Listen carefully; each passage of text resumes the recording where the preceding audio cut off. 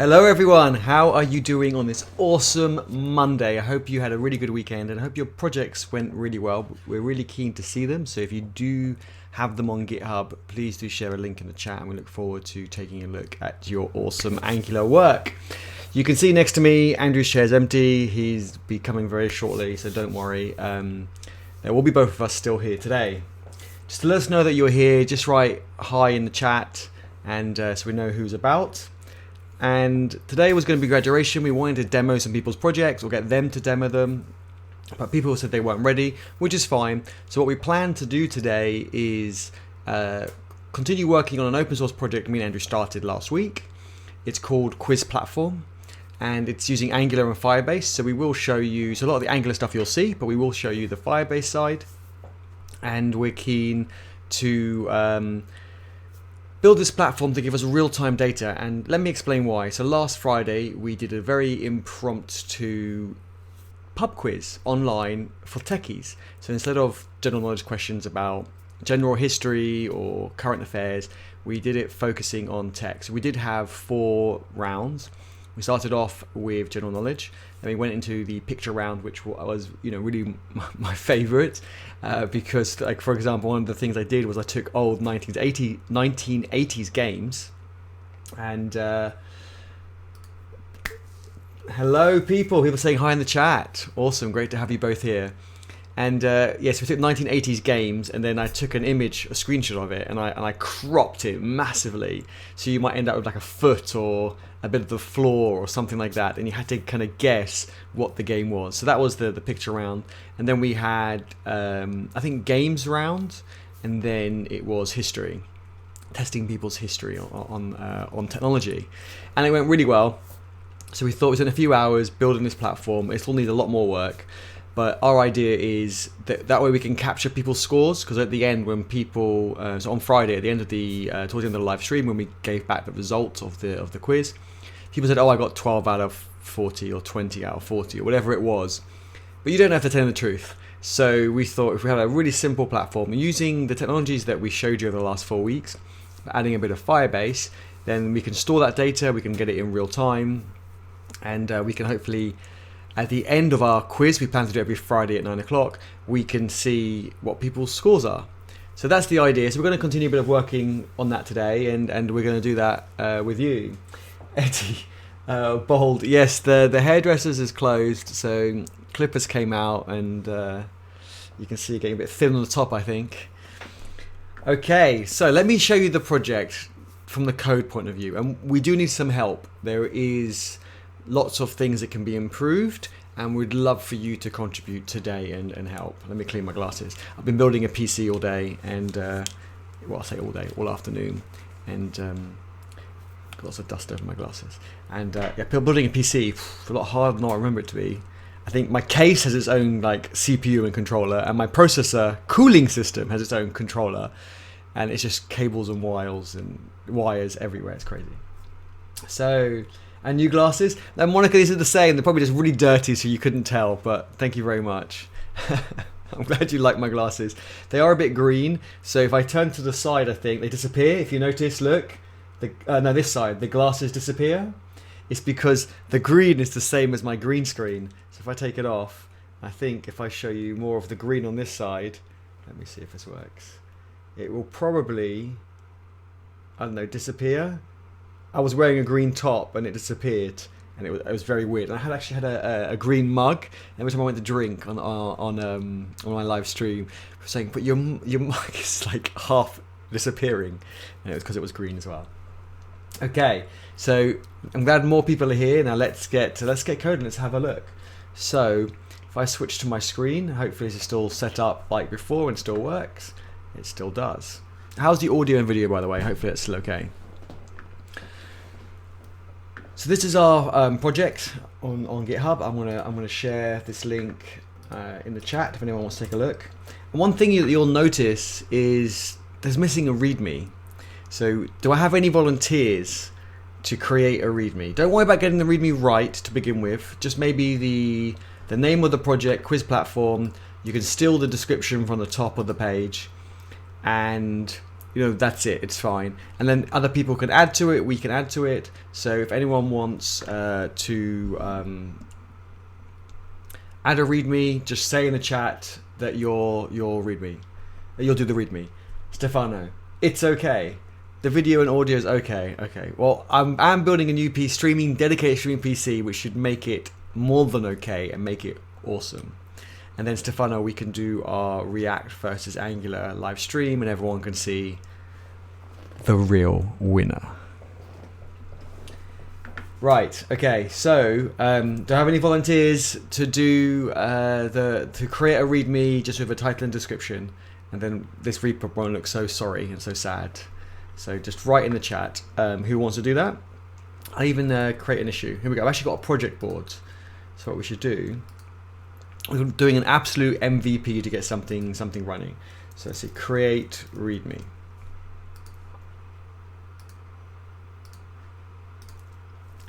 There we go. Okay, so we'll leave that project board open. So next time, will it be, it's amazing? Yeah, I suppose you need to leave a buffer, right? If you said it's amazing now, which I know it isn't, if you said it was amazing, then next time, what would you say?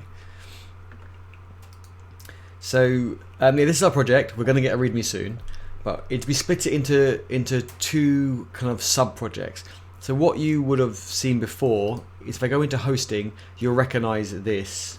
You'll recognize source. You'll recognize kind of the Angular JSON, and inside source, you'll recognize the Angular files. The reason why we moved in this project, the reason why we moved it further down is because we want a functions directory, which is the cloud functions on the server. All good, thank you. So, and then it's got source again inside functions. And this is because this is the cloud functions. And we'll get into Firebase Cloud Functions later on. But what I'm trying to say is there's a kind of a front end and back end. So there is logic to this madness.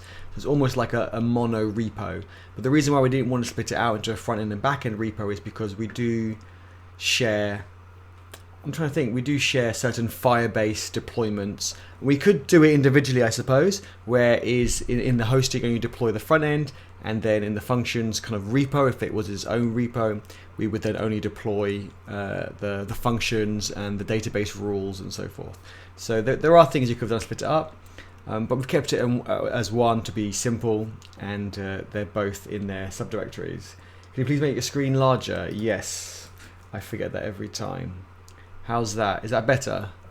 And then if I go to code, ignore this code for the moment, it's just to kind of just show an example of size. And I have terminal up here as well. It's going to be way too small. So let me make that bigger too, in preparation for when Andrew comes.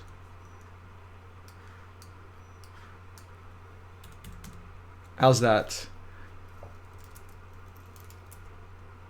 Hopefully that's all legible.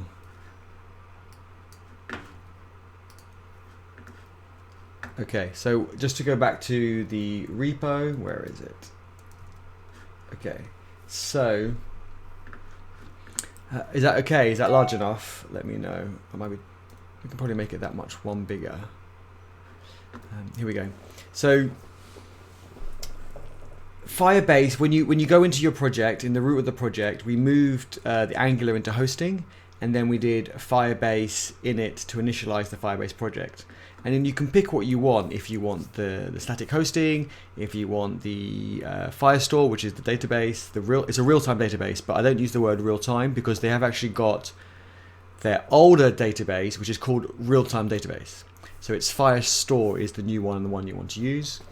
You have storage rules, and you have the Firestore, so the database rules. So it works a little bit differently to, say, using Mongo or MySQL. You actually store the rules in the database. Indexes and Firebase and git ignore, again some more Firebase config.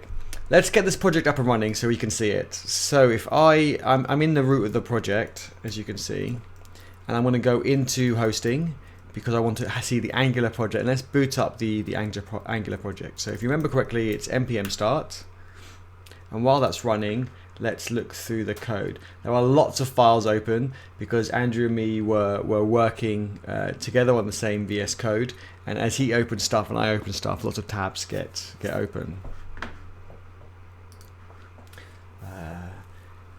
A bit bigger, please. I need magnifying glass for eyes. Difference is Firestore is SQL one, where real-time database is no SQL. No, I don't think that's correct, Stefano.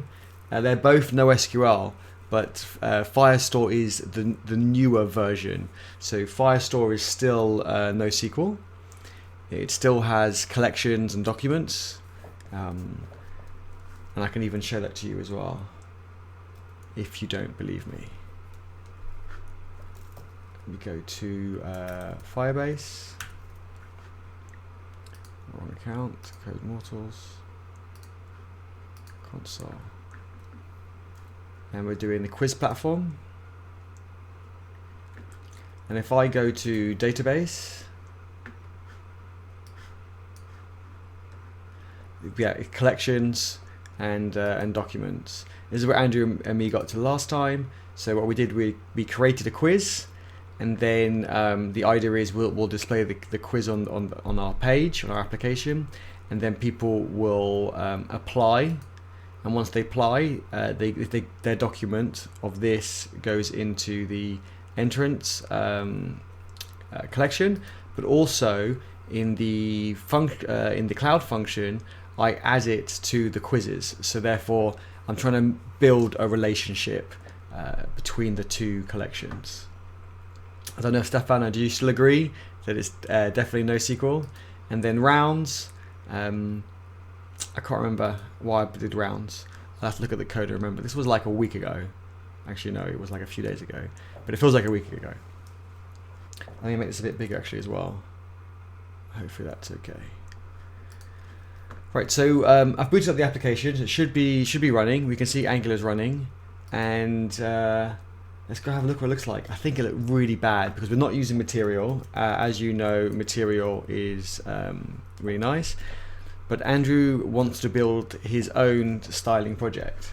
So it's a good way for you to see that as well, how that's done. So Andrew will show you how to do that. He creates a separate branding project and puts the code in there. So we've got this. I don't think we've wired this up yet, but by me hitting submit, this is not going to work. But this is what we had. We planned to have 6 rounds in the quiz, but it didn't work. So we only did 4. I think 4. But again, we want to make this customizable later, but we're just hard coding it for now. Let me fill this in. I don't think this is going to work. Oh, I make that a bit bigger, and make that a bit smaller. Here we go. So I don't think, if I remember correctly, this is not going to work. I need to remind myself where we got to. And you know, Andrew is much better at remembering, so when he comes back, he can fill us all in. But if I just say Eddie, an email address, I don't know, just a@b.com, and just say London, the button now becomes available. But oh, it does make a request to the back end. Interesting. I didn't remember we finished that, but maybe we did. Let's have a look if it's successful. It was successful. Okay, that worked. So now if I go back to Firestore and into the entrance collection, there should be Eddie, email AB, London, and then the quiz ID. And the quiz ID marries up to this ID up here, and you can see I got added to the entrance sub collection. So that worked. I forgot we actually did that. But let me show you how we did that. So we've got so many things open here. Let's close some of this and minify some of these. Okay, get rid of that. Okay, so if we go into hosting, into the UI, then if we look at what have we got? Let's have a look. Okay, so we got the so you can see you've got the kind of the branding project, and then now here we've got actually source. So let's just focus on the source for now. The branding project is very much like material design. So you get an input and you pass it its information, and Andrew says he is back. Why don't we see him on the screen? Oh, we do. There we go. Andrew, say hello. Hey Eddie, how you doing? How's everybody else doing? Everyone well? Had a good week? I hear we've decided we're not going to be reviewing everyone's projects this evening. But obviously, if they're already to look at, I'm sure we'll take a look. Yeah, we didn't get one project submission. Cool. Well, I guess that's that's our fault probably. Probably we is, put up yeah. the project code quick enough, did we? We should have been chasing everyone every day, making sure to remind them. It's all right. I know I've heard or been listening in while Eddie's been talking, so I hear we're working on our little quiz platform we started on Friday. Yeah. Through most. And I was just going to show, look, tech quiz works. I was just going to show some of the code. I don't know if you want to walk through, if I go back to the homepage, I don't know if you want to walk through this code and how it made a call to the back end. And then I did show the database, that it got saved in the database as another document in that collection. I don't know if you want to walk through and show that. Let me send you a link so you can connect to the VS Code. Yeah, I was going to ask for that. Cool. Let me see if I can do it so that it doesn't give us a weird URL encoded one. Okay, so apparently it's up and running. Copy again. If I send that to you, to Andrew. I almost sent it to the group chat, which would have been quite funny. Have loads of people connect and join up. Not the end of the world. Would have been good to see how many people we can get on VS Code. So I've sent you that invite, Andrew. Yeah, I assume there's no set limits as such. It's just a performance issue problem. Yeah, I think so. And also the interesting thing is that I understand they're making a browser version of VS Code Live, which is coming out soon, so that we could send out a link and people can follow it rather than on the video, follow it actually on the browser. So that's working. So let's follow Andrew.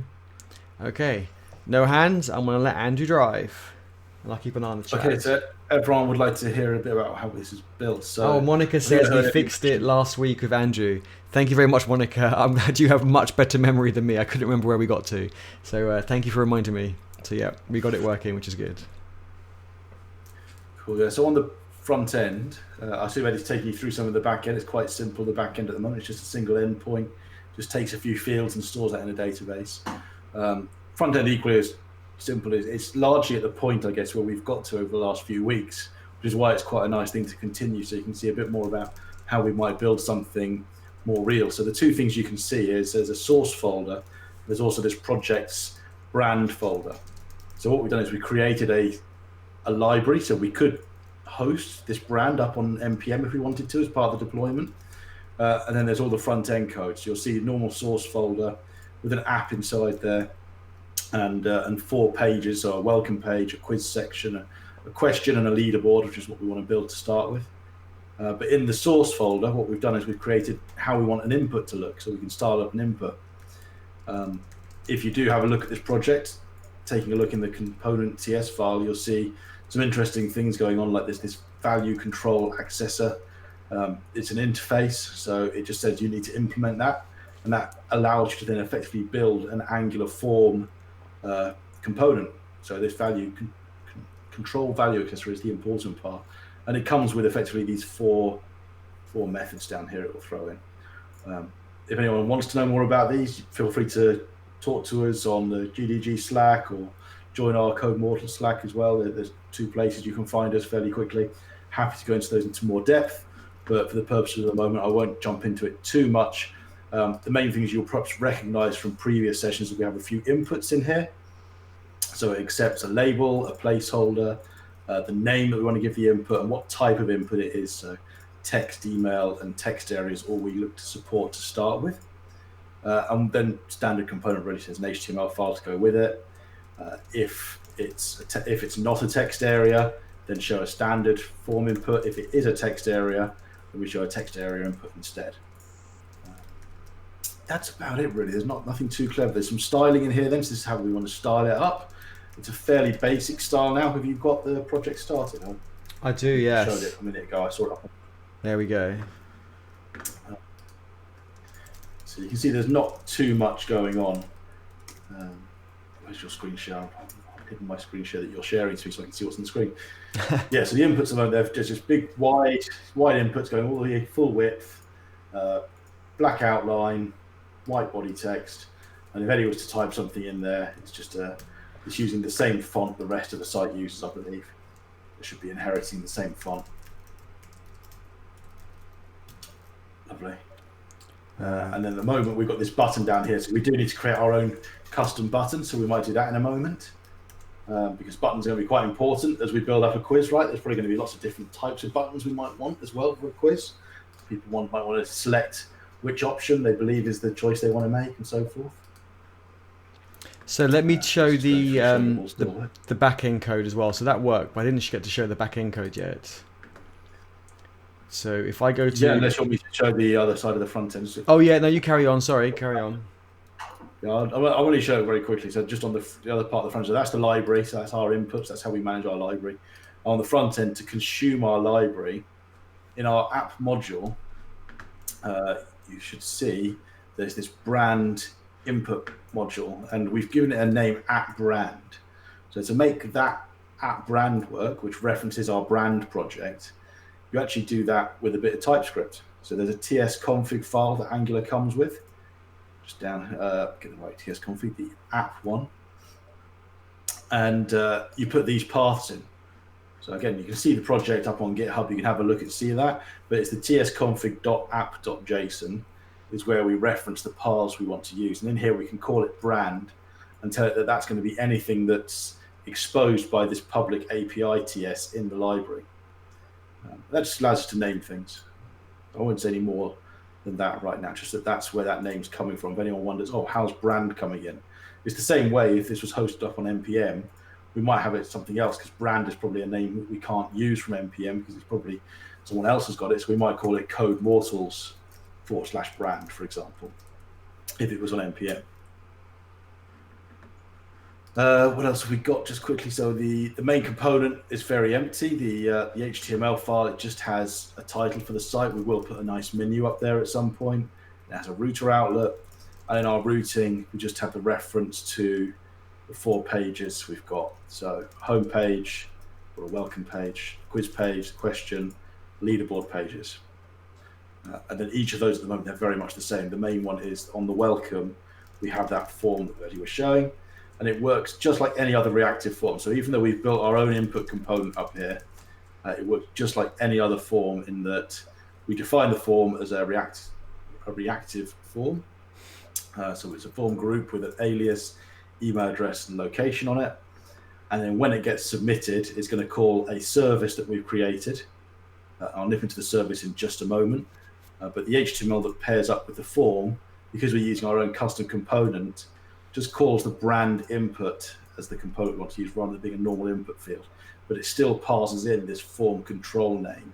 And that's what hooks up to that control value accessor that I showed briefly inside that component. So in order for it to understand this form control name, you have to implement that control value accessor. They're the key takeaways from that. Obviously, rewatch that part of the stream if you want to tie it all together in your head. There's quite a lot of complex Angular stuff going on in there. There's probably about as complex as Angular ever gets. And then the other thing I was just going to flick back to was that in our service here, because we're using a Firebase service, so if I just grab that, should be in core. So we normally have a core folder, and inside the core folder on the front end, it will hold all the models and services we want to use on this. A more complicated site, you might start grouping them together even further. Oh, wait a second, Andrew. Sorry, I don't think it's moved with you. One sec. No, it should be following you. Have you got the right one open? I've got the registration service. Yeah, okay. Sounds good. Cool, okay. Yeah, so you should see probably on Eddie's nav bar. Hopefully you can see it. I can't. I can only see what Eddie's sharing. There we go. There's the file structure. Cool. Yeah, it has expanded it out, so you can see up here, I'll have it on Eddie's screen, models and services inside this core folder. So that tends to be how we will structure shared model services. But the main thing is this registration service, because we're using AngularFire, it has this functions capability in there that allows us to call AngularFire functions or Firebase functions. It's slightly different to the HTTP client that we showed the other week. If you're using an HTTP REST service, then you would just use the HTTP client. But part of the security that comes with Firebase allows you to actually invoke functions. I guess it's using the fetch API in some sense behind the scenes. But it comes with its own SDK that lets you call those directly as these HTTP callables. I've not actually looked at the source code, how this is doing it under the hood, whether it's using the fetch API or perhaps it is using the HTTP client later on, but it puts a lot of security around this. So all you have to do is define, Eddie doesn't mind if I show the environments file, does he? It's a public file anyway. Don't mind. So what you'll have is that inside your environment. Interesting, it's not following you still. Well, I haven't opened up the file yet. Oh, I thought you'd opened it. Sorry, my bad. There we go. So inside the environments, you'll find I've created this local one because we don't normally want to commit these, because what we might have is 4 or 5 different environments. There might be a dev environment, a test environment, a UAT environment, a prod environment, whatever there is, and each one will have its own config. So normally we just create a local one we want to use for local development, and there'll be other ones for other configs. We only have a single config at the moment anyway. These are publicly available. I mean, effectively, when you deploy the code, this is all going to get seen. Firebase behind the scenes will give you the ability to lock down what domains can call the functions as additional security. So that gives you a bit more security later on. But you have a config to get that. I don't know if anyone wants to. Have you shown Firebase's console? I have briefly shown it as well, but maybe before I go back into that, I just want to quickly show, I guess, Firebase, kind of the features, I suppose, of it, so people can kind of get an idea of it. Okay. So it's very, very good and very quick for rapid prototyping. You don't have to worry too much about having all these API endpoints, because the way Firestore works, you can do a lot of it in the front end, but it's still, as Andrew said, protected by your config rules.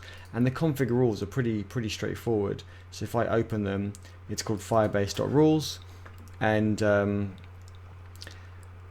you can put for different documents, and you can specify for different documents. I haven't got the plugin on my VS Code to highlight this very well, but you can say for different collections, so we've got the quiz collection, allow people to read it but not to write to it. And then for the entrance collection, maybe you can read your own. So if you are logged in and it matches your authentication, then you can read and write to your own but not other people's. So it's a very different way of thinking about things, but it's once you get your kind of head around it, I think it is quite quick for rapid prototyping. And you can do things, put hooks in. So when, for example, we did mention functions that you can hit via HTTP, or you can call, I think as Andrew showed somewhere, you can call the function using their SDK directly. But also you can do things with events. So you can say when a document gets created in this collection, or when it gets updated, do this, or when it gets deleted, do this. So there are certain events you can also tie into. But don't worry too much about that. But I'm just showing you that it is quite feature rich. And then you can also do it either in web or backend node or mobile apps. They're very similar. You get things like, I'm trying to think of, you get the hosting, you get cloud storage, you get a real-time database, but remember it's called Firestore, not real-time database, that's the old one. You get cloud functions, there we go, cloud Firestore, there we go. And you're getting new stuff like machine learning and other bits and pieces. It is bringing a lot of functionality, resize images, translate text. I mean, it's very impressive, and they've got loads of integrations. I haven't had too much of a play with these integrations. But if we go to the console and show this to you, so you get authentication. So if you want to do authentication, you can choose what type of authentication you want, email and password, phone number, Google. I know I use the GitHub one a lot as well. And you can do anonymous as well. So there are lots. We should probably consider using the anonymous one on this quiz at some point. We'll have to add that in soon. It'll just help tie things together in the future, but not for now. That's true. And then if you do email and password, then you can sort out the templates and resetting password templates and all the rest. And it's all free to use up to your allowance, but the allowance is quite big. I'm trying to find the Firebase pricing just to show you. I mean, I use it a lot for hackathons and even like quick projects to try and see, because it is free to use. The only thing you have to bear in mind is you cannot make external HTTP requests until you put a credit card in. So bear that in mind. Although when you do put a card in and move to pay as you go, you still get all the freedom of, you still get the allowance, of the free package. So you don't start paying immediately. I don't think I've ever paid, or I paid like 20 cents or something, because you get authentication kind of 10,000 a month. If I have 10,000 users to one of my applications, then I'm probably doing something right. And even then, if it costs me, a cent, it's not too bad. Storage, again, how much do you store in your database? You get a gig free, and after that it's kind of less than 20 cents a gig. Document read and write. It's possibly worth mentioning, the authentication you were talking about there was phone authentication as well. Oh, yes. Just the standard being able to log in is unlimited. There's no limits true. on that. That's only if you want to sort of do validation of users, you have some limits in there. That's true. So yeah, you're absolutely right, Andrew. Thank you for pointing that out. So authentication unlimited, and even like documents read and write, write 20,000 a day, 50,000 a day. If you're hitting those limits, then you're obviously doing something right. Your project's doing very well. And even after that, to read another 100,000, it's 6 cents. Yeah. I know all these things add up, but to be honest, you're gonna take you a while to get there. And how many times you can run a cloud function? 125,000 a month. After that, it's 40 cents per million. So yeah, anyway, you can go through this and read it yourself, but basically I highly recommend giving it a go, going for the free plan. If you upgrade to the pay-as-you-go to get a bit more functionality, just in terms of the external HTTP request, don't worry, you probably unlikely will not be charged. I have never been charged. Databases, you can manage it from here. You can add documents. I can't think where. You can delete a collection. Oh yeah, add field. I have added documents from here before. Add documents at the top. So you could add a document. Storage, I've never actually really used a storage, but I'm guessing it's pretty much. And storage is more like assets, like images. But I have used hosting, so we haven't deployed ours yet. Otherwise, we'd see the hosting and the URLs. We have deployed a function, and the function I want to show you in a second. But it's a HTTP function, but it's going via the SDK. And then, yeah, you can kind of see the logs, the health, and usage.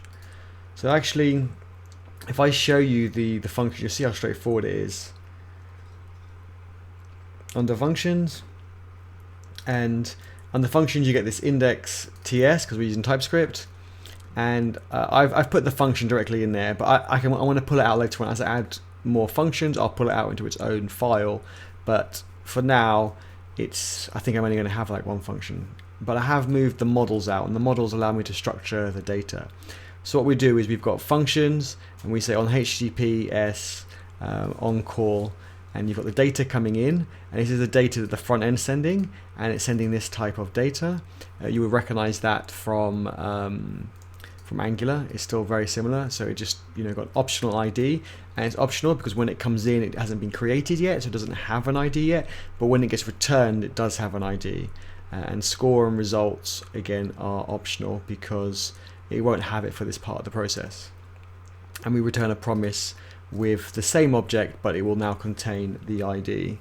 So we have this is the data coming in, and the reason why I don't just grab data and save it straight into the database is because if someone stuffs something else in there, then you're saving data that you don't want. So I'm specifically mapping the data. So I'm pulling out quiz ID, I'm pulling out alias, email, and location. If anyone else passes in anything else, I'm just ignoring it.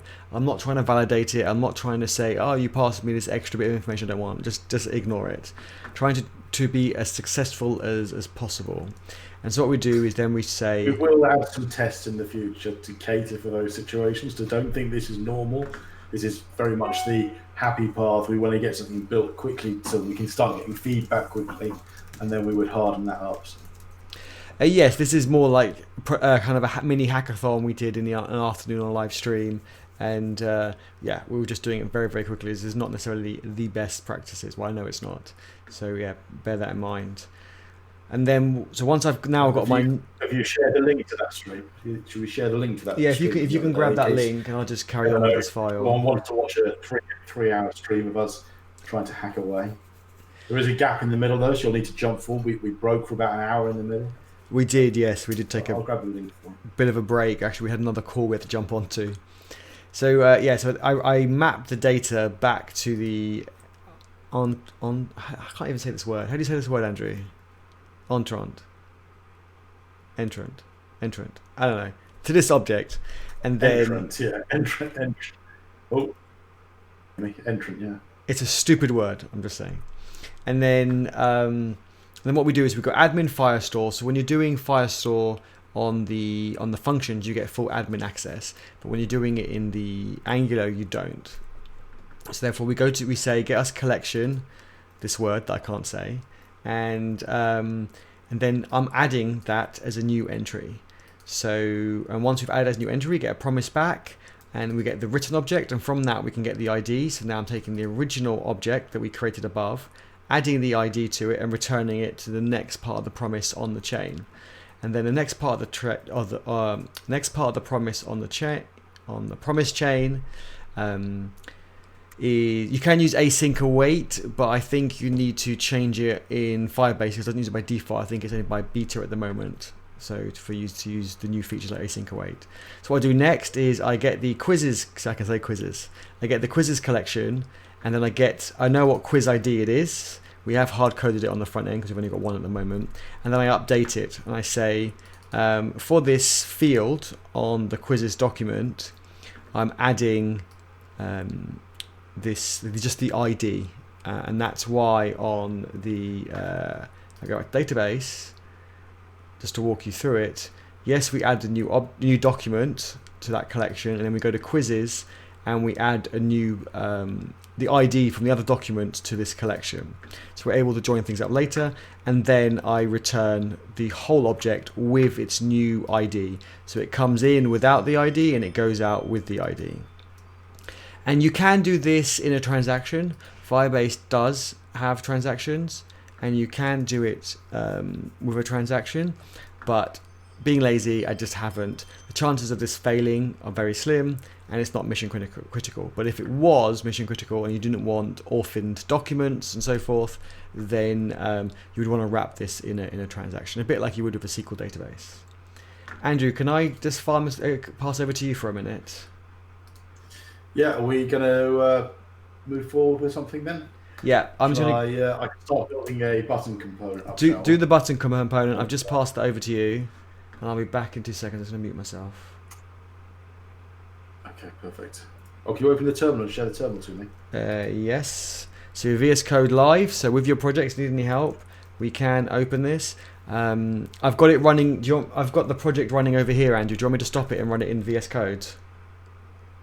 Yeah, if you could, because then I can get access to it running too. That'd be great. npm start. There you go. Oh, in the wrong project. Must remember to go to hosting directory and then npm start. Has anyone created that README yet? We can put stuff like this in that README. Right. Love the Code Mortars logo. Right. Thanks, Amanda. Is it not asking to give permission so that I can use the CLI as well? Let me see. No, it has not. Let me see. It says it's shared. Try now. Yeah, it's not letting me. Make read write. Let me just see. How about that? Yeah, that's better. Okay, cool. Okay. That's fine. It's good. It's fine to stop it because I need to run a command anyway. We need to get an initial component inside the branding module made up. Okay, awesome. Okay, cool. I'll be back in a sec. See you in 3 minutes. All right. Okay, so first up, we need to add a new component. So to do this, hopefully everyone can remember, it's ng generate. Now, because we have our own project folder, so the project folder, I think, what did I call it? Brand. We need to put the component into that project. So to do that, there's a little flag that we can add. And we're also going to create, it's going to need its own module as well. So we need to generate the module first. So if you notice up on the input, we create an input module. I always create everything as its own module in a library. It makes it easier to import just the bits you want. Now, for this library, we're probably going to use all of these on this project, but if this becomes in the future some other library we want to share, it allows people to just pick and choose the ones they want. So I'll always create a module. So actually, the first thing we're going to do is do a generate for a module. We're going to put it inside the project called brand. So that's just dash project equals brand. And then it will be a button. So hopefully I've got that right. and I go up to the space, I should see, there it is, a button module has been created. Perfect. So we also need to then generate the rest of the components. So we'll generate a component. This time, and I hope everyone can see the console. Okay, it's quite small on the screen. It's project equals brand and module equals button. And again, it's just going to be called button. Okay, fingers crossed. That creates all the other files.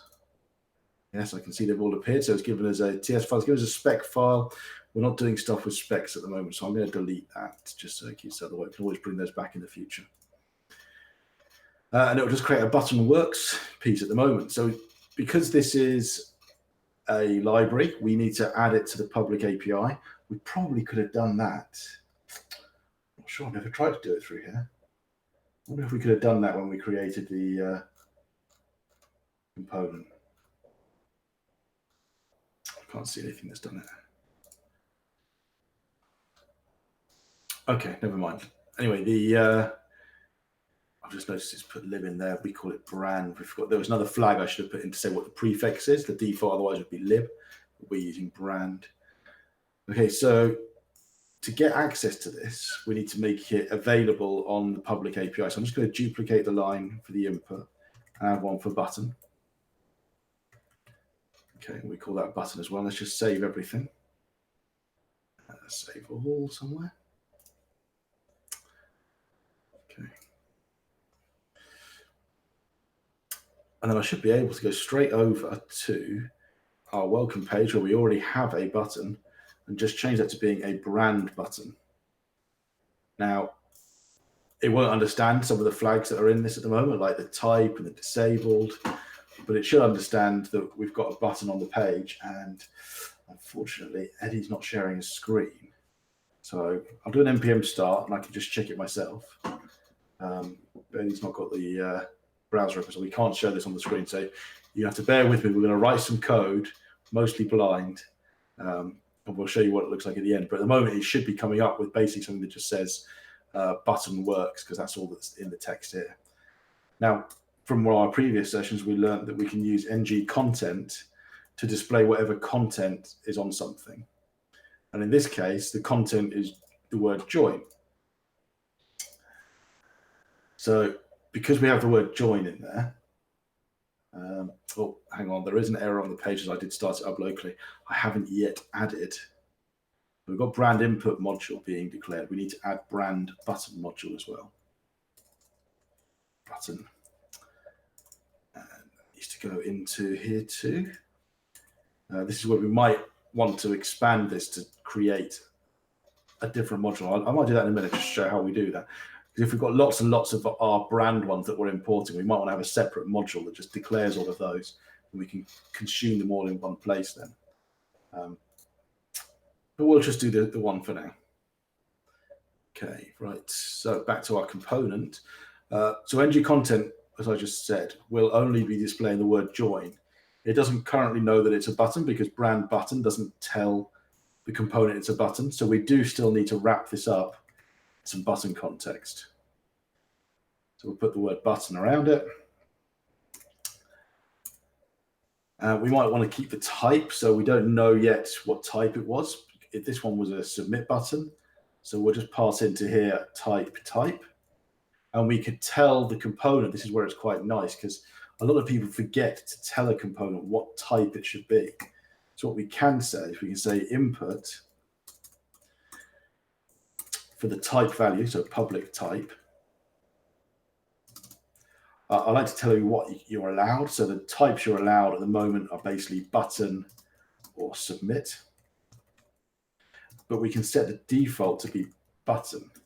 So this allows where people accidentally put a button inside a form. So let's say I was building up another custom component that had a button on it, but I hadn't said it was a button and I use it inside a form, then the default behavior for a button in a form is to try and submit it. So you end up submitting forms when you don't want to, but by creating our own button with its own type in there, every button now will automatically gain on the HTML the type of button, which is very helpful, I think. What other inputs did we have? So at the moment, it's got type submit, it's also got a disabled flag on there. So we need to try and maintain that disabled flag all the way through as well. So back in here again, we got an input of button, and we can add one for disabled, so we can pick up on that value too. And that's a Boolean. Although this is going to get upset because I'm going to tell the default for disabled is false. But then he's just returned. I have. Sorry about that. The doorbell kept on ringing, so I just wanted to make sure everything was okay. Yeah, that's okay. I've just noticed there's a few errors coming up on the bottom of the screen. One of those is because I haven't yet imported the input onto here. It's good though. It's good to show the errors, right? That it's people when they're working on their project, they go, "Oh, I've got an error." Then it's normal. It's standard. Yeah. So the other error is it can't find brand button module, because when we created the module, we used the CLI. It didn't add the word brand at the start, so I'm just going to put the word brand in there. Button components. Okay. So in the input, again for the input, we called it brand input module. I didn't necessarily need to put the word input before these. So it's nice to prefix. We know which ones we've created, so we'll keep that as well. Just say brand button component. Just a little bit of prefixing so we know it's coming from our own code that we've created. Okay, right, so just updated all of those. So now, if everything is saved, which hopefully it is. Ooh, there's a new error. Do you need to start the project again? I know that happens sometimes. When you're renaming things. Brand button is an Angular component and has disabled, then verify as part of this module if brand button is a web component. So it doesn't seem to think that the value we added in the component, this public disabled, is known. It's interesting because we have put it there. It could be that, like you said, maybe it just needs to restart. And sometimes that happens. Yeah, I never quite understood why. I think it depends on how you're saving files and the order you're saving them in, perhaps. And all files saved. Let me check. And you just did npm install. Yeah, I'm just making sure it definitely has all the dependencies up to date because we haven't done an npm install. Okay. Oh, got Firebase already. Hello.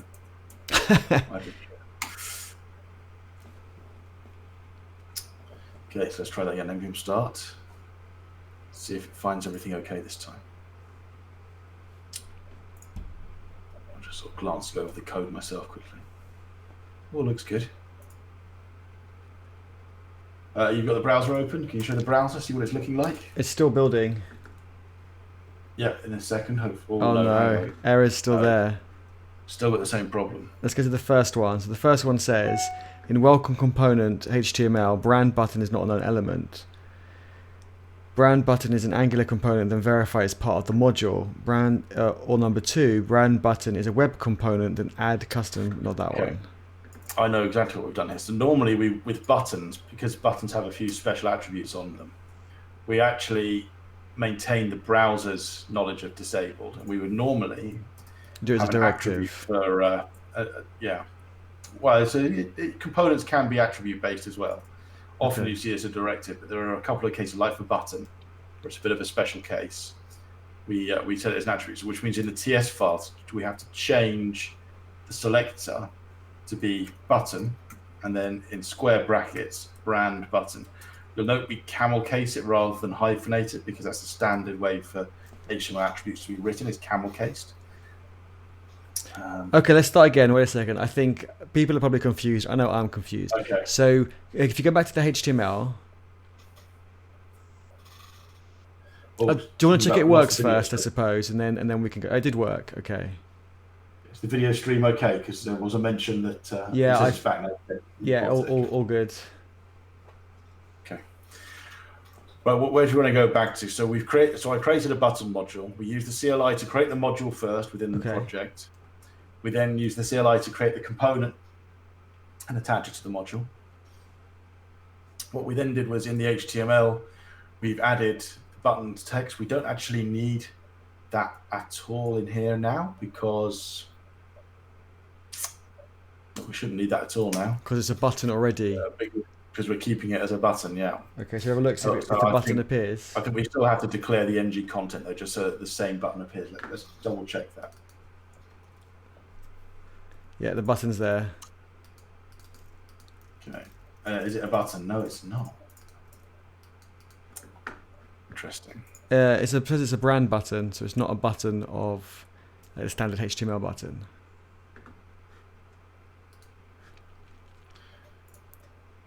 That's odd. Is the short word. Can you check the code again? Because it should still be a button type on the HTML. So yeah, on the welcome. Not brand button. For some reason, it's still saying brand. Let's restart the project again. Yeah, it still says, it says button for me. In the welcome. Yeah. In the welcome, we changed it from being a button, right? So yeah, it's back to being a button and a brand button. So it shouldn't be displaying like that.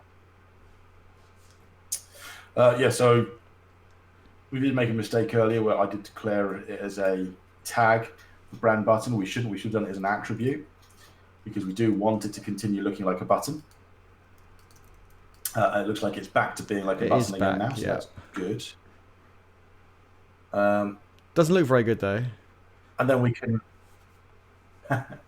It doesn't look very good. Well, you don't want it to look any different, do you? Yeah, I want it to look good, like these boxes. Okay. How do you want the button to look? What should we make it look like? Like material. An example of a button somewhere. Just joking.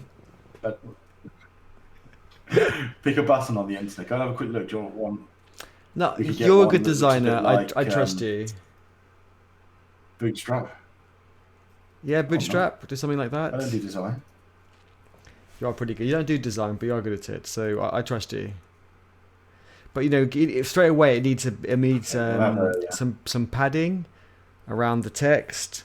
It needs to be bigger. Definitely, it needs to be a similar size to the inputs. In terms of like the padding and the height, maybe not the width. Shall I follow you on the code? Or are you making changes? Let's follow Andrew. Not yet. I'm just about to start making changes. Give me 2 seconds. Just sorting myself out on my other. No problem. Okay. Yeah. So brand button. We need to add some styling, right? So you want to add some padding. Yeah. So padding. Let's hopefully put some tags in here. So it's probably a button, right?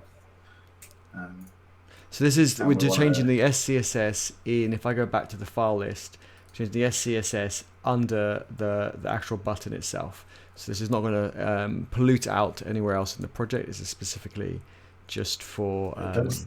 Don't say that because we are going to do that. Okay, why? So because button is a special case and to support things like disable is a bit of a nuisance, we could do it. But because we're using the button component from the page, it sits on the page. It doesn't sit within our component. But we want to affect how a button looks. So this is where the CSS, I changed my mind rather than calling the button tag, because we're going to turn the encapsulation off in a moment. I wasn't going to do it to start with because I wanted to show that it didn't take the colors. But we'll jump straight to what it should do. We need to add our own CSS class onto it. So to do that, we use something called host binding. Okay. Now we say that we want a class called brand button. And doesn't have to be anything clever. We'll just say public brand button true equals true will help. And that will turn on a class automatically. So if you have a look at your code now, Ellie, you should see the button still on the page. Do you need to host binding needs to be included? Imported. Yes. Good point. Yeah, just add that.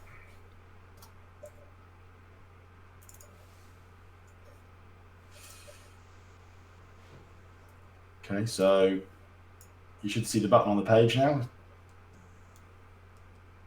Oh. As it jumps around a bit. Yeah, we go. If you right click and inspect it,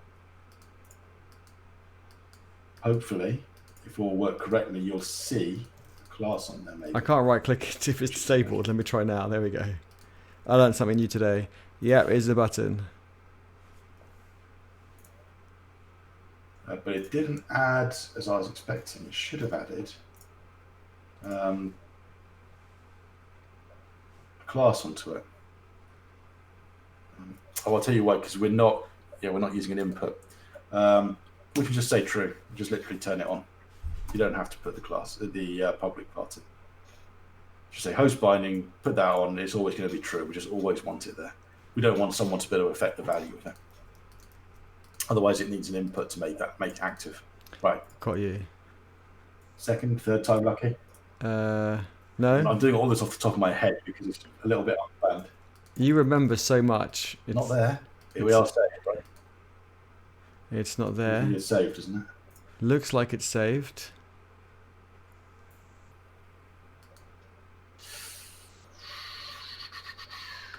Okay. At host binding, class. Hey Zeus. What is it? And then. Thank you for adding a README. I'm going to start. Okay, while you're figuring that out, Andrew, I'm going to jump to the repo. Yeah, I heard. You go for it. We've got a README. Let's have a look. So it should be a pull request. Nice.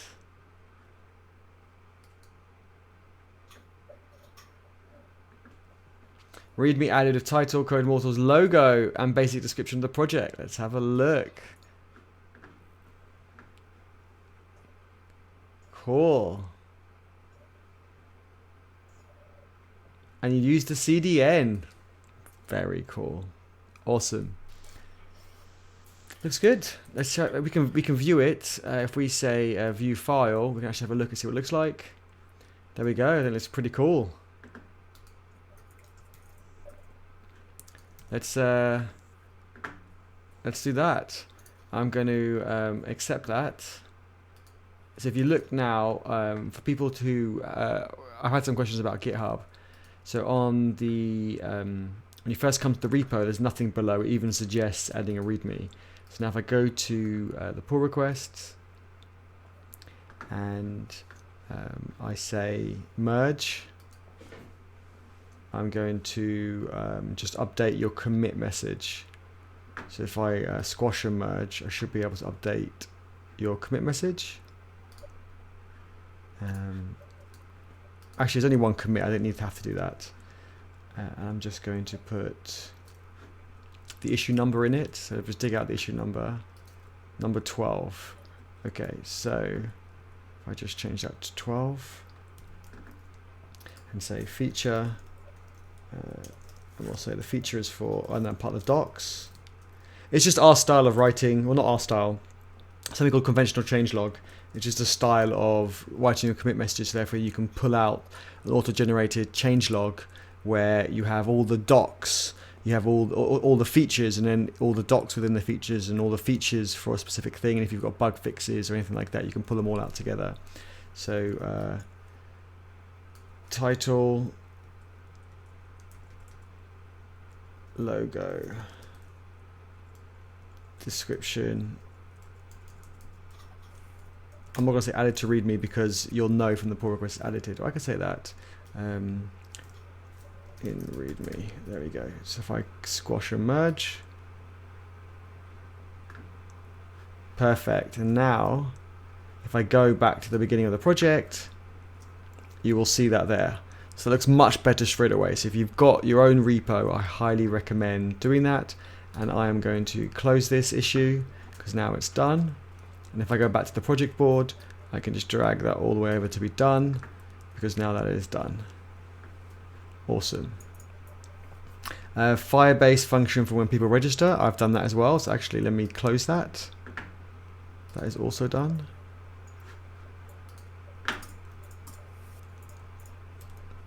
Looking good. Thank you very much, Jesus. That's awesome. And we'll add some more stuff to it. So if anyone wants to see how you add things to it, you just click on the edit and you make the changes you want. You won't get this first option. You will just have the second option, or maybe no option will appear. And it's because it will go through as a pull request and just make the changes you want, add a nice commit message, and then do commit, and then just follow through the steps to raising a pull request and all the rest. So if anyone else wants to have a go while we're on here, give that a go, and we can review that and try. So if anyone wants to make a change to this README or anything else that they see, feel free to make the change, and we'll walk you through the pull requests. Okay, how's it looking, Andrew? Not good. You busted it. Well, it doesn't seem to actually be picking up our component, which is interesting. So having changed to the attribute type, I've just changed as well between camel case and hyphenating it. But we're not picking up on here, which is a little bit of a concern. Okay, so no worries. If you want to feel free to see if you can spot what I'm doing wrong. Let's follow Andrew again. Let's all have a look. Let's all spot what Andrew does wrong. And if everyone wants to Google it, it's also fine. Yeah, it's not knowing why it's not going through, because it was when we had it as the full name. So when we had dropped the first part and we just called it brand button, it was picking it up okay. But swapping it around, it's not happy. Because I should be seeing, so in the output, I've added the word test. Okay. Just to see if it was hitting our component. And I'm not seeing the word test. That means it's not hitting our component for some reason. Oh, interesting. Okay, so it's not getting called. And if there was an error, it would be showing. But if it couldn't find it, the exports here. Would it not throw an error if it was missing the export?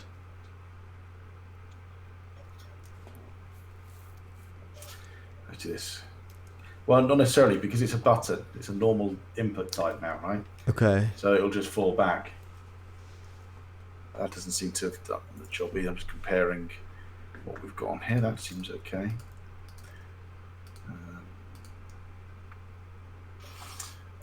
Tell you what, let's go back to doing what we were doing then. See if we can fix it the other way. We don't need to support disabled for the moment, do we? That's fine. We can come back and support that later. That's a fancy feature We'll for just later. get this working. Yeah, we'll add that later. We'll need our quiz platform ready for Friday. All these things work. It's just I'm trying to be quick and cut corners, and it never works when you cut corners. It always works until it doesn't. Unless you're ready, he loves to cut corners. I never cut corners. I'm a copy and paste developer. An amount developer. of luck, I think, when you cut corners. Oh, I do hate VS Code, the way it puts things in without knowing whether you want them or not. Right, let's just put some color on this, then we can check if it's actually working. So we'll say background color. Make it red.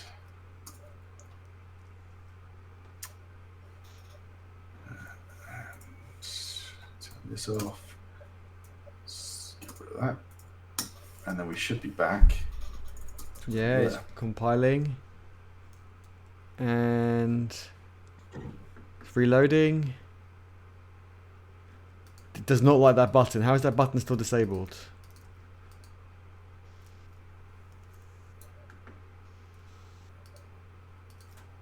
Yeah, it should be picking up our button. So why is it not? There is I'm seeing an error on the page. It's definitely not picking up our button.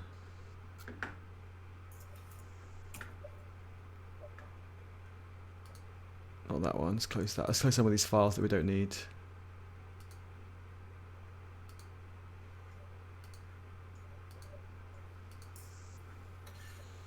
Can you check all the files have saved? Because I'm wondering if there's files that aren't saving correctly over live share. No, it looks like they've all been saved. On if I just do a save all, well, it doesn't let me do a save all, maybe because there's nothing to save. Let me try. If I do that, save all. Yeah, I think it does look like they've all been saved. Let's have another look. Still not loading that. Let's have a look.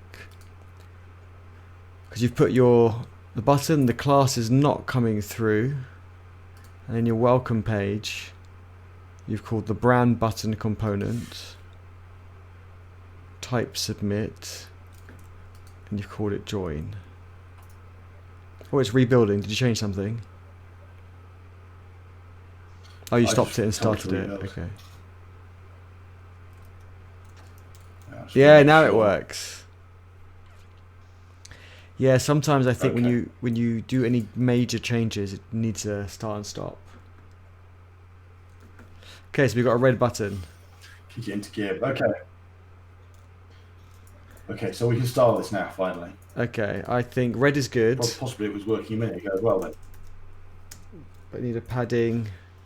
How much padding do you use? What we're using?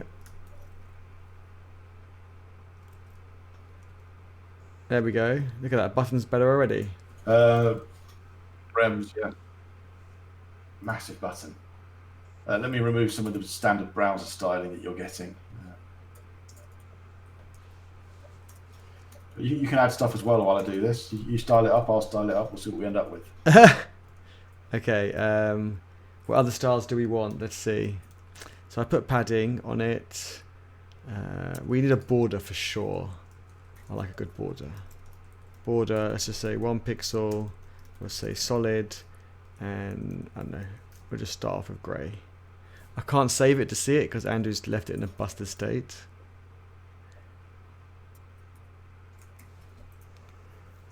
Which bit's busted? No, it's working now. Okay, that didn't work. Let's do a bit darker. Oh, let's do like this. Put the border on it, okay. There we go. Look at that. Bootstrap, eat your heart out. Not sure about the background anymore. The red though. It's a bit too red for you. Okay, let me pick a better colour for you. I'm just going to grab one. We have a little colour palette for Code Mortals, don't we? Let's see what you want. Slightly pinkish colour. Slightly pinkish colour. Maybe a blue. Maybe the blue's better. Yeah, I think the blue's going to be better than kind of like a pale salmon colour. Okay. Let's try that. But if you're going to do that, don't we want to have maybe these borders around the inputs to be that blue? So it kind of matches. Yeah, we can do that. So put a border radius on here first, so 6 pixels. So let's share some data. So let's add into the lib. Let's have variables. Okay, and then also what we need to do before the end of the stream is maybe have a list of people that have registered in real time. What do you think, people watching? Would that be good? So every time we submit one here, your browsers, if you've got it open, oh, actually no, we haven't deployed it yet, so you can't do that. But next time, it would automatically update.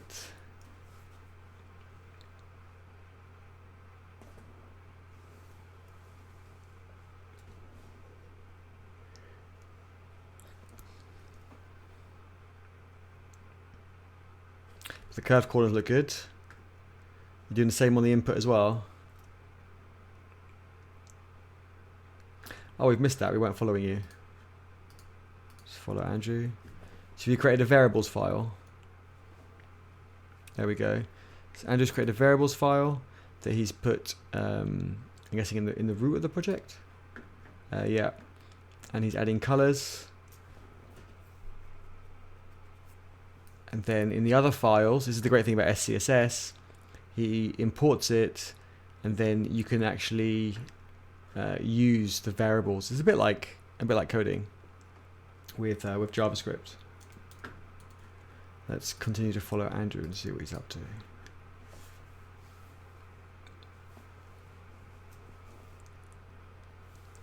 That way, if you ever want to change your colors, you can just change it in this variable or font size or something like that. You can just change it in this variable SCSS file, and it will change it everywhere through your application.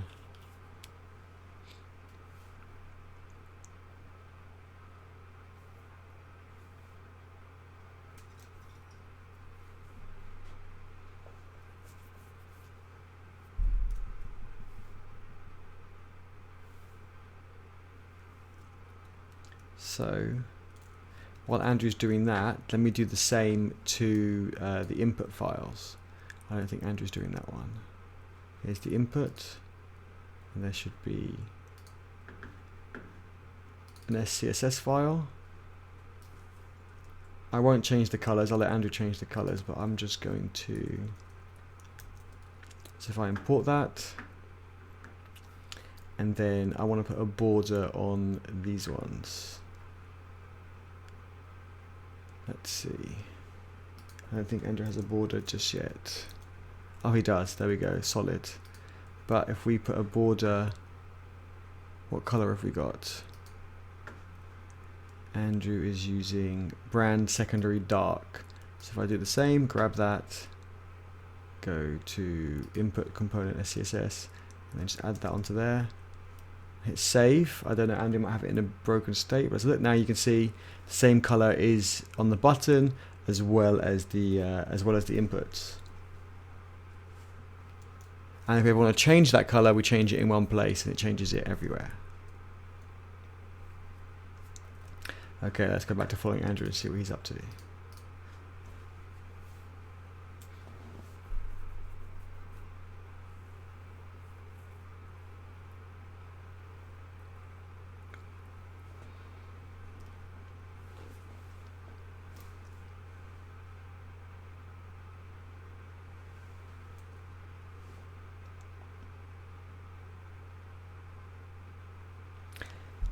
Andrew's very quiet. He's concentrating. Let's see what he's doing. I don't see any changes, Andrew. Oh, curved corners on the input. Yes. Curved corners makes such a difference. The application is going to work faster now. And it's definitely more pleasant on my eyes. Anyone has any questions, don't forget to put it in the chat. Don't be shy. Let us know what your projects you're working on, how your project's going, and any questions you have, just put it in the chat. You see that we make mistakes too. All part of the fun.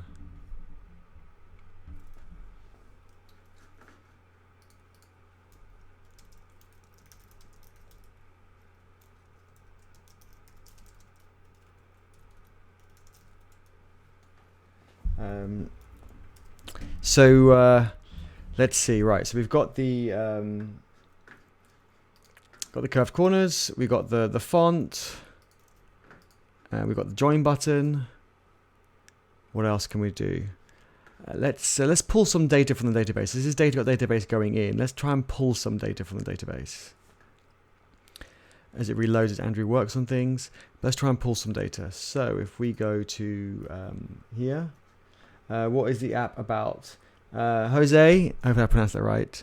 Great question.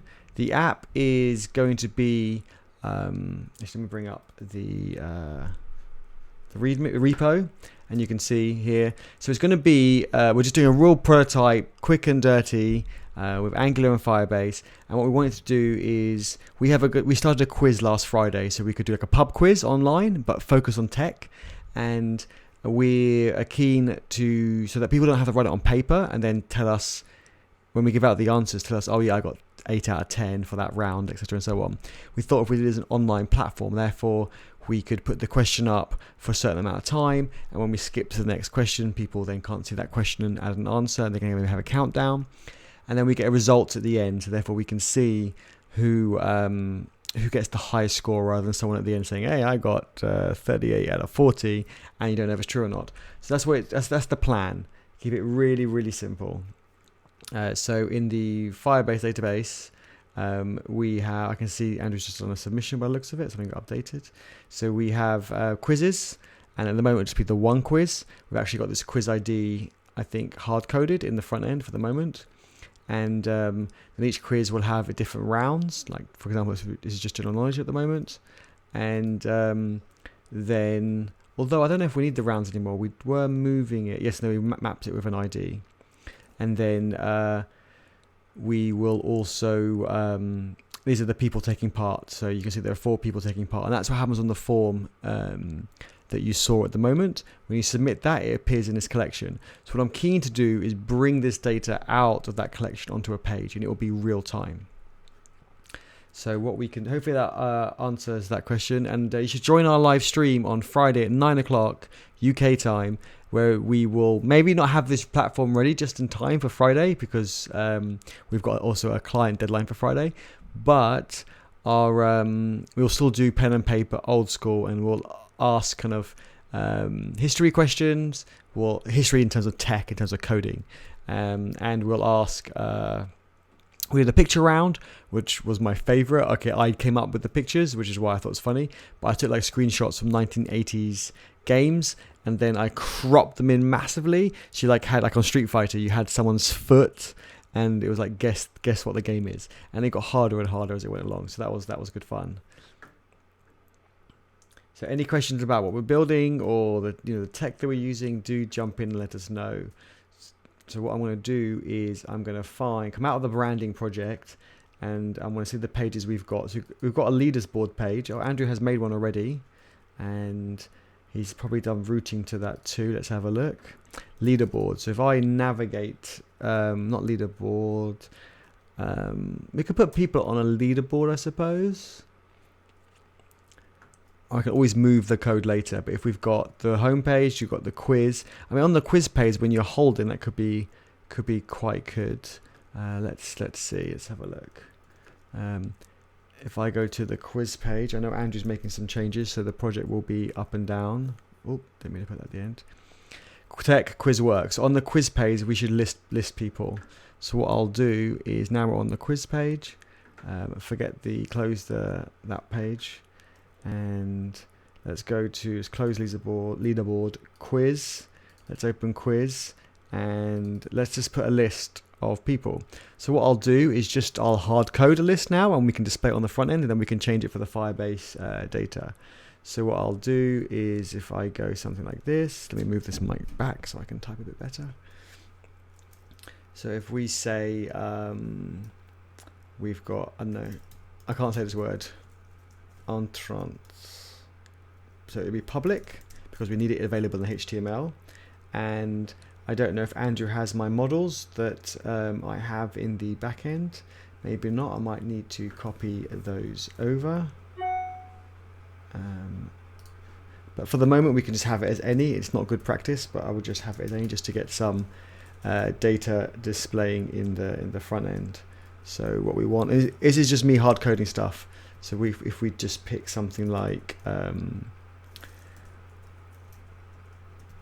don't know, name, and then we'll just say first person, and then why is that complaining? Oh, okay. We'll just even completely put any as well, just any completely. So because it will change.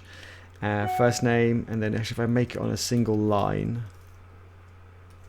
Make it take up a little bit less space, and then if I do a second one, and we'll just say second person, and I'll show you how we're not using material, so I can't do a fancy material list, but don't worry, Andrew loves coding these up really quickly, so it'll be fine. I can see his concentration on his face. Can you see it too? So we've got public. Let me reformat this file, format document. Okay, so we've got this, and this will be available in the HTML. So if I go to the HTML, and if we do a list, unordered list, and we do something like this, and then on here we can do ng4, and then in here we will do double handlebars, and it will just put name. So name will get displayed. And to do a for loop, I have completely forgotten. Andrew would have to remind me, or he's left his share, so he won't remind me. But he's left it in a working state, I think, which is good. So we do have. I thought I had a for loop somewhere else, but let me remind myself. You know what? I can just check the docs. So Angular for loop. Hey Zeus, remind me how to do a for loop. I forget. Jumping around too many different projects at the moment. ng4. See, if you forget these things, it doesn't matter as long as you know what you're looking for. So my ng4 is ng4. Here we go. So it's let and then of. I always get the wrong way around. I don't know why. I'm sure other templating engines do it differently. So we'll say let this new variable name of the variable name we got from our public one, and it's got an S. Okay, so it's perfect. And if we save that, we should. Well, we see nothing. Why do we see nothing? Oh yes, because I need to call the new variable dot name. and then you can see first person, second person. And if I add a third person to that, you will automatically see it get updated.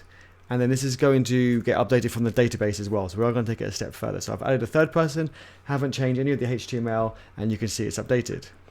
But we want this out of the database. So what we see in the database here, we want these values. So I was called them aliases. So we want alias, alias, alias, and alias. We've got a null there. Let's just delete that one.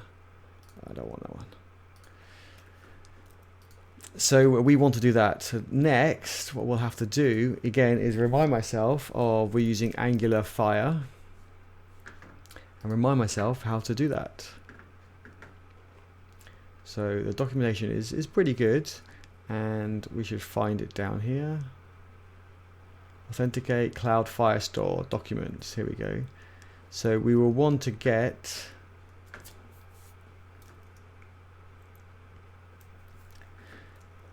here we go. You can read out one document, or we can read out a collection. So in this case, we'll read out a collection. We should filter it by quiz, but now we'll keep it simple, and we will just pull out everything in that collection. So it will be, we need to include this dependency, which we've already got in the project. I'm pretty sure we have. So we add that to the constructor, and therefore it gets dependency injected in. You need to add it as an import at the top, which my autocomplete is not working. Okay, that's fine. We can take it from here.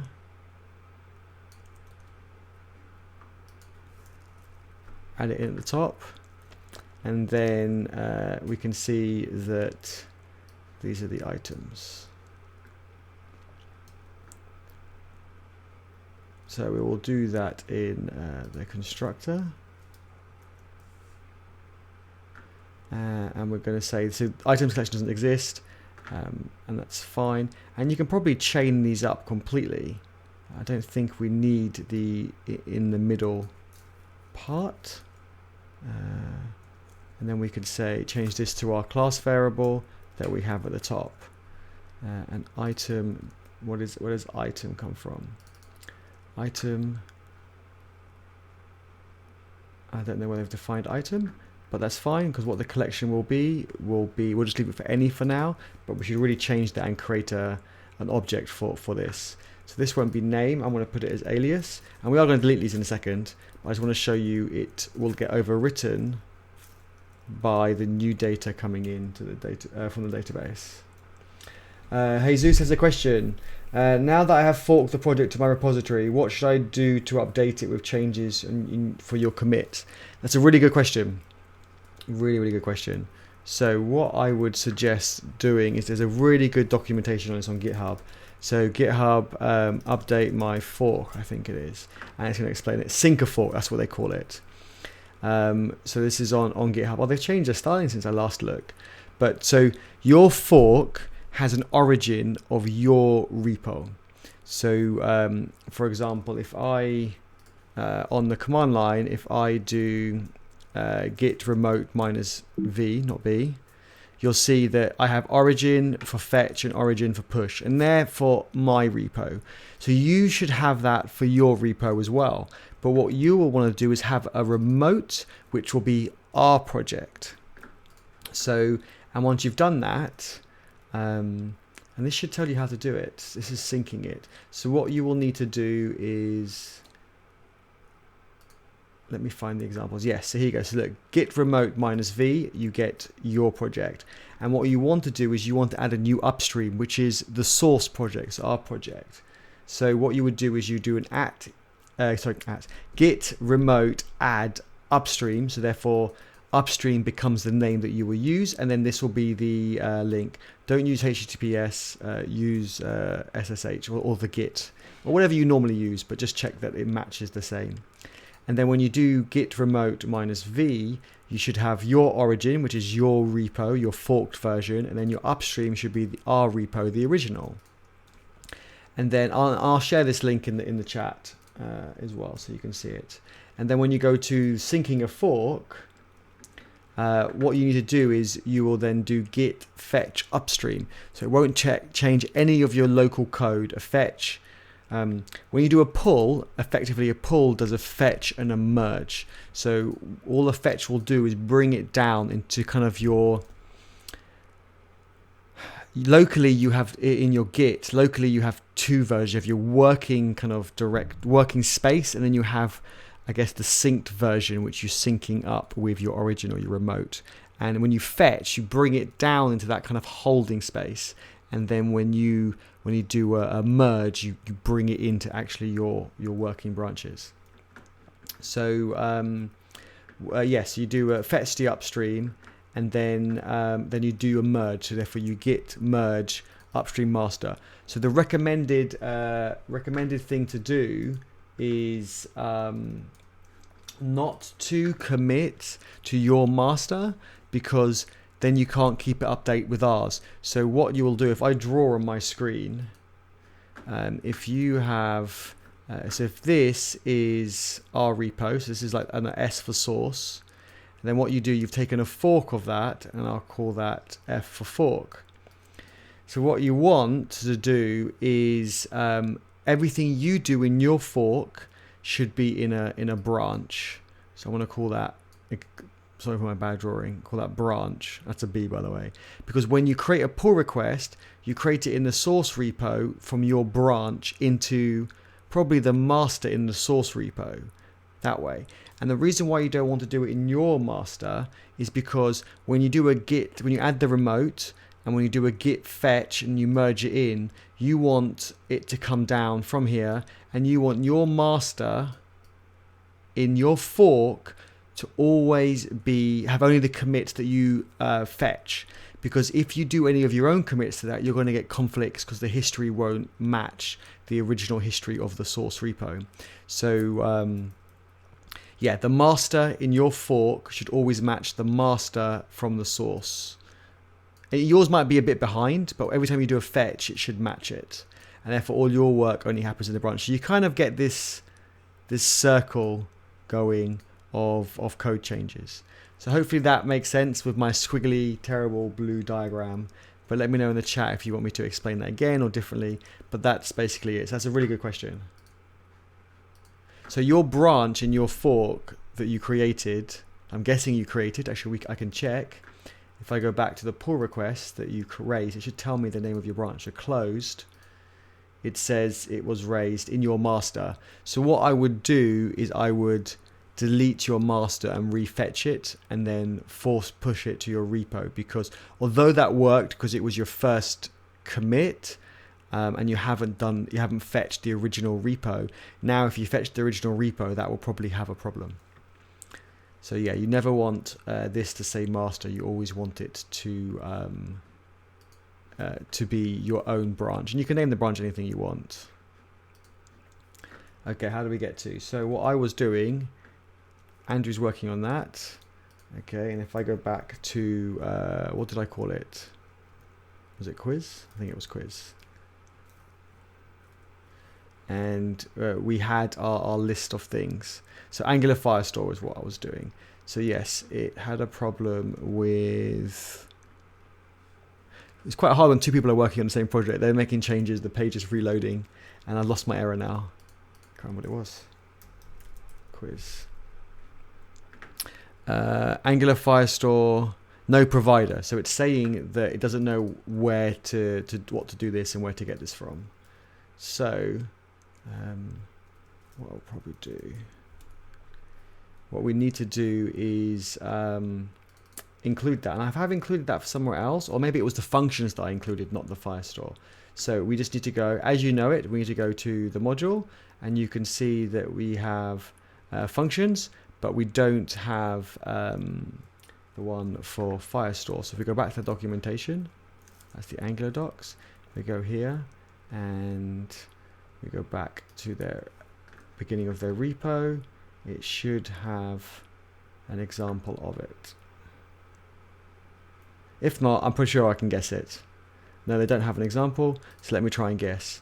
So this is called AngularFire Functions module. I'm pretty sure it's something pretty close to that, which is going to be AngularFire Firestore. guessed right. And then I'm guessing this over here is going to be AngularFire Firestore. It's a lot of fires. Let me see. It's declared but never used. So now if I include this in here with a comma, hopefully it's all happy. Oh, it's still red. Is it? Maybe it's not Firestore. Let's see. Firestore module. It's not very helpful. We can look at should look at their docs. Let's have a look. Quick start guide maybe.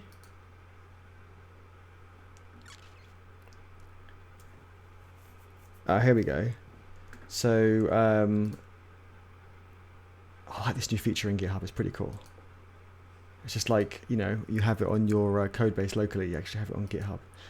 So fire module, and Firestore doesn't have fire in front of it. Okay, so that's probably why. Fire doesn't make sense. There we go. And then if I go down here and delete the extra fire there, hopefully it works. Why is it not happy? Is it lowercase s? It's a lowercase s. Okay. Remember, it's TypeScript, case sensitive. That looks better. No red line. No red line. So if I save that, and I can close that. Let's close some of these files. And if I go back to, what were we in? We were in quiz, weren't we? Here. That should have rebuilt. And if I go back to quiz on here, we get another error. Object, which is fine. It's okay. So we know that we've now got access to, if we're in the network, we would see it as well. So we've actually now got access to that data, but it's saying it cannot read object. So what we can do is we could just do a console log and see what it is. So console.log. I'm guessing if I read documentations, I would know what it is. So if I save that, and while that's reloading, a quick look at the documentation as well. Bind a Firestore collection to list, exactly what we want. So you know the collection that we wanted, we did put that in. Oh, it's called items, we don't have items. Ours is called, the word I can't say. And it's called items, and then it should work. Let's have a quick look. And it's still complaining. So we should have a console log. Oh, it's an observable. Aha. Of course, I forget. Because this is value changes. So what we want to do is not save it like that. That won't work. People watching, why did you not tell me I was making a big boo-boo? So what we'll do, let's just put this on multiple lines to make it easier to read. And we'll get into RxJS, which is just freaking awesome. So what we'll do is we'll subscribe. Oh, Andrew's putting in a model. Thank you, Andrew. So we've got a subscribe, and then this is the data. And then we can now in here say this dot, that word that I can't say, equals data. And the console log will obviously be empty, won't have anything in there, but we could put it in subscribe if we wanted. So let's see how that looks. Missing or insufficient privileges, which is true because we could write before. We've got 3, by the way, because we've got 3 up here. So let me just leave that as an empty array. And then we should have nothing up there now as it updates. But also, yes, we still get the error. It's saying I cannot read from the database, which is true, I can't. But you may be thinking, because everything is set to false, no one has access to the database. But you may be thinking, but we're writing the entries into the database. We are, but we're writing them from the server side, where the server side has full access. This is the client side where we need to lock it down. So we need to go to the Firestore documentation. Firestore rules, and have a look at some of their rules, and you'll see how straightforward it is. It's actually good that we're showing this. So we're on version 2. Make sure we're on the right version, and this is at the moment is saying for every document, no matter how nested it is, just say no. But we want it to say yes. So we want to be able to read.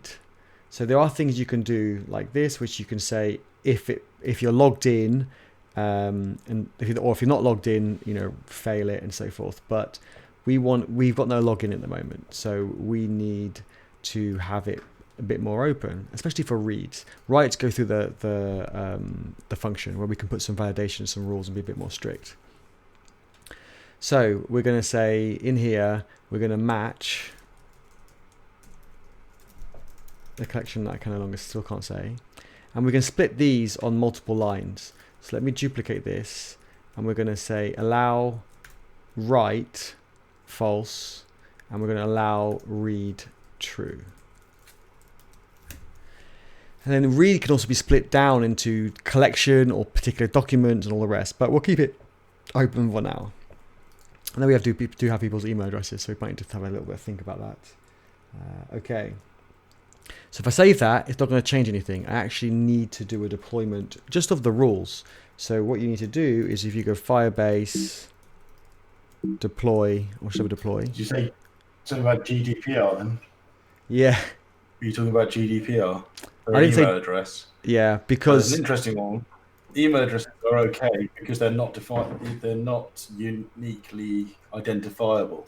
If you had an email address along with, let's say, the road they lived on, then that might become a problem because you're starting to identify somebody.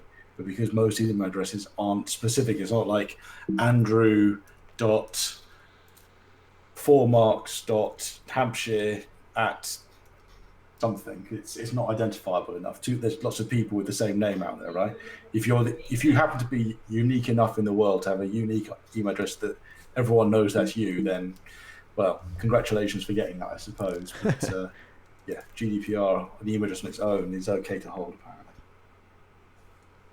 Okay, rules doesn't exist. I can't remember what the name is. Is it Firebase Rules? Is it deploy? Oh, here we go. Just down here on the page, it is Firebase Firestore rules. That's what we need. So let's just deploy those rules, and hopefully it works. And if I can get this displaying on the page, I think I will be calling it a day there. So we have now deployed those rules. They deployed very fast. And so if I go back to, let's close some of these. Don't know if Andrew's using them. Sorry, Andrew, if I'm closing them. I don't know if they appear on your side closed. So now let's reload the page and just see if it changes. Missing privileges still. Interesting. Pretty sure I made it open. Maybe I got it wrong. Maybe I need allow all. So that's allow all. So you can put if true, but we didn't want allow all. So what you can actually do is you can actually go into rules, and you can actually test things out. So the rules that it thinks it is at the moment is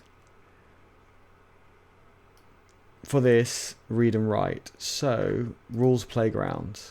We want to do a get, and we want to do it on this collection, and we don't want any authentication. So if we run it, what does it say? Permission denied. It still says denied. Allow read if true. That should be correct, but it might want some things after it for every document. So again, these aren't things that you do very often, so you do get a bit rusty. So I think you need something like that for version 2. Let me have a look. Yes, it's something like that actually is even better, because then later on it will help us out. So if I go back to the rules and I do this, and if I deploy that again, hopefully, fingers crossed, it will work.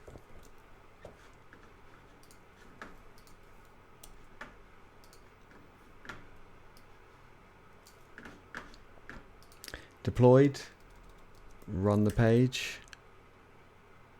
Aha, now you see 4 results, but they're empty because in the HTML I've put name. We don't actually have name, we have alias.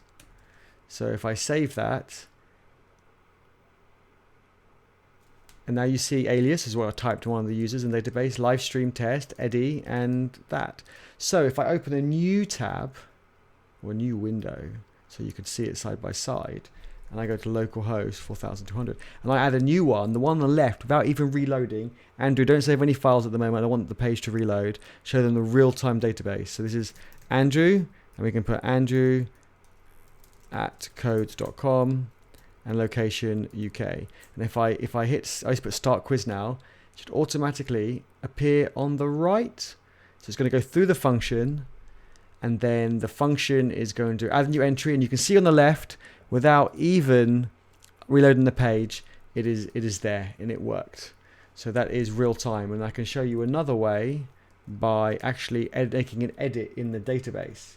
This is why real time is just awesome and so easy to do. So if I just make this a bit smaller, and I go directly to the database, wherever it is, I go to data, and make this a bit smaller so you can see. And then let's just pick somebody, right? Alias is a stupid name for alias. Let's just change it. Let's just say, I don't know, Code Mortals. And I hit update, and you automatically see it on the right-hand side of that page reload. That's the beauty of the real-time database. Andrew, I'm thinking there's a good place to stop. What does everyone watching think? I think it's a good place to stop. Andrew, you in a good place to stop? Yeah, can do. It was interesting. I wasn't paying full attention to what you were doing. I was actually doing the same thing to build a service on the welcome page to let you pick which quiz you wanted to enter. Nice. But I've only just started doing that. So I'm creating a service file for it though. So I'm going to move some of your code into that service file. Sure, sounds good. I'm going to put a to-do up there because we want the to-do will be filter by quiz. And then we'll need to get into creating an index. Awesome.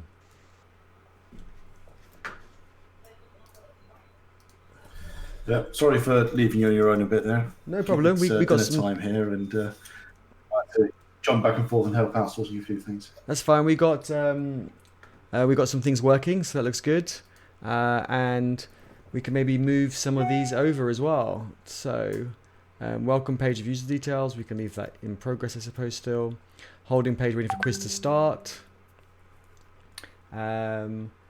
Cool. Thank you everyone for watching. Amanda, Stefano, Zeus, Jose. We have styled up the landing page as well a little bit. I don't know what you showed. It's in a busted state. Is it? Who broke it? You broke it. Oh, I know why. Let me just comment these out. Yeah, halfway through something. No, it's not broken. So wait for the page to reload. And actually navigate to the home page that Andrew's been working on. Oh, it's still got an error. Why is that on my page? I was working before. I didn't break it.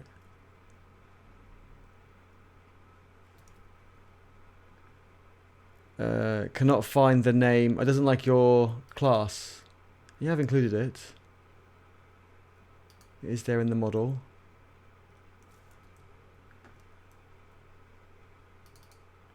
I'm going to stop it and just rebuild it because that looks okay to me. I think when you're doing live code share, sometimes things get a bit out of sync. Let's have a look as it rebuilds. This happens quite frequently, yeah. Yeah, I guess we're both changing files, we're both saving files. I don't get this problem when I'm developing locally by myself. It must be one of the downsides of doing a live share. So that's built correctly this time, and that's now working. So awesome, we now have a quiz, and if you add it in, it goes into the database, which you saw before, and then as you're looking at the next page, the quiz page, as other people register, then it automatically gets added to the list. Pages side by side. You want to see it again? 2 pages side by side. Okay. Go on. See, if you add someone into that page, it appears on your page. Okay, let's just remove the console log.